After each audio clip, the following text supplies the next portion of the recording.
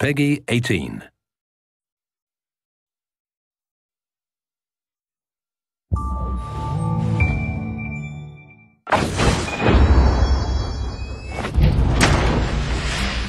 Hi, my name is Patrick Redding. I'm the game director for Splinter Cell Conviction multiplayer here in Ubisoft Montreal.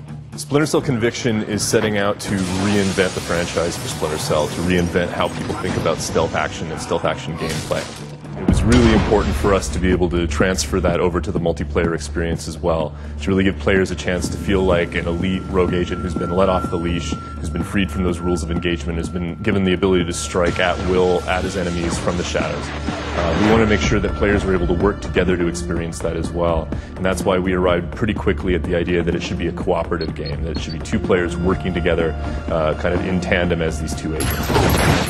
We call our co-op story campaign the Prologue because it's literally a prequel to the storyline of Sam Fisher that we see in single player.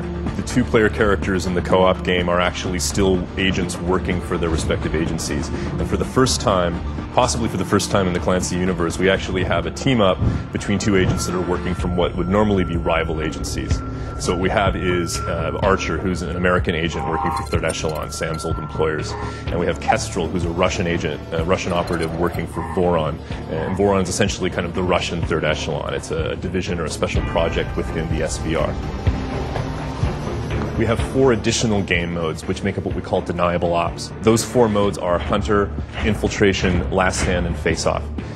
The idea is we're taking the 4 maps from the Prologue storyline, these 4 maps that are in the former Soviet Union, and then 2 additional maps that are specific to the Deniable Ops missions, and giving players a chance to try 3 different difficulty levels, a whole lot of the different weapons and elements and ingredients that we've introduced throughout single player and co-op, and try it either by themselves or with a friend. People are playing in multiplayer experiences and co-op experiences, not just online. So we want to make sure that we're always supporting the ability for people to link together on Syslink, but also to play split screen at home.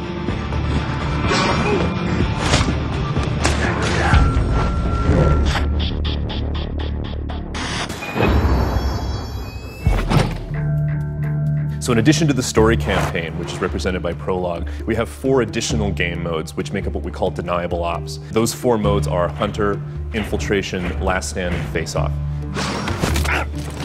So Hunter mode is basically an elimination mode. You're entering a particular zone of one of these maps. It's about 15 to say 30 minutes worth of gameplay, and your objective is take out all of the enemies in the area.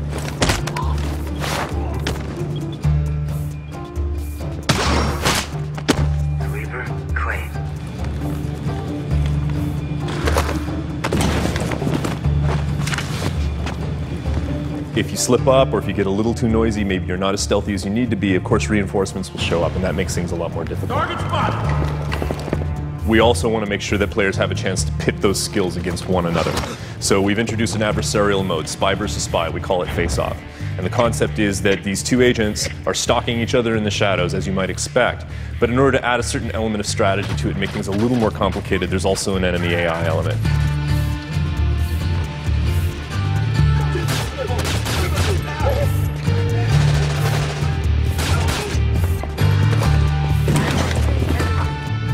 Last Stand is really something new for the Splinter Cell world. It's basically a survival mode. Our agent or agents are tasked with protecting an object of some value. In this case, it's an EMP warhead that's destructible.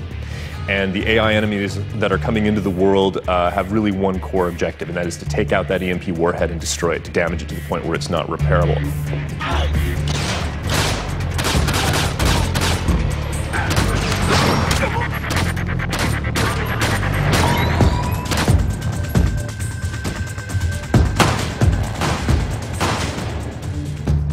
Infiltration, I like to think of as our gift to the loyal Splinter Cell players, the people who've been with the franchise from the very start.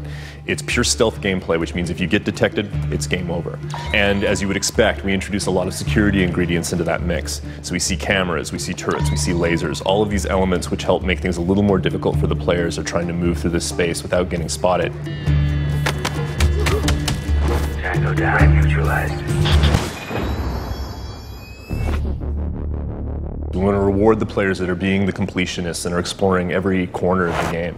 And one of the ways that we can do that is by creating special challenges around all of that gameplay and then rewarding players to complete those challenges with points. We call this the persistent elite creation system. It's something which will be familiar to people who've played some of our recent Rainbow Six titles. And the idea behind that is by earning these points, which I can do either in single player or in co-op, I'm able to go into special environments, either the locker room in our lobby or some of the weapon stashes that we find throughout the game world. Any weapon that I've already unlocked through the normal progression of gameplay, I can then upgrade. That means I might be able to add a silencer, a laser, a scope, a special stock. I can also upgrade the efficiency and the effectiveness of my gadgets, whether you're talking about visualization tools or grenades. Other things include personalizing the appearance of my avatar. But at the same time, there's a gameplay component to that because I can add accessories. I can change the capacity for carrying ammunition or carrying gadgets.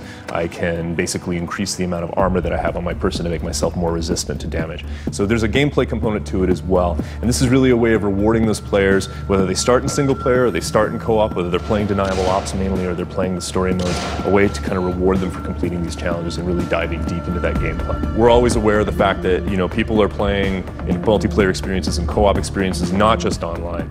So we want to make sure that we're always supporting the ability for people to link together on syslink, but also to play split screen at home. Players really love the dynamics of having to work together, to having to really collaborate. So it's not co-op in the sense of having two solo players who happen to be in the same map at the same time. It's really co-op in the sense of these two agents need to work together and they need to coordinate their actions. They need to communicate with each other in order to be able to get through this, either without being detected or even just to survive it. If Sam Fisher is the Panther, then these two guys, Archer and Kestrel, they're really two wolves in a pack.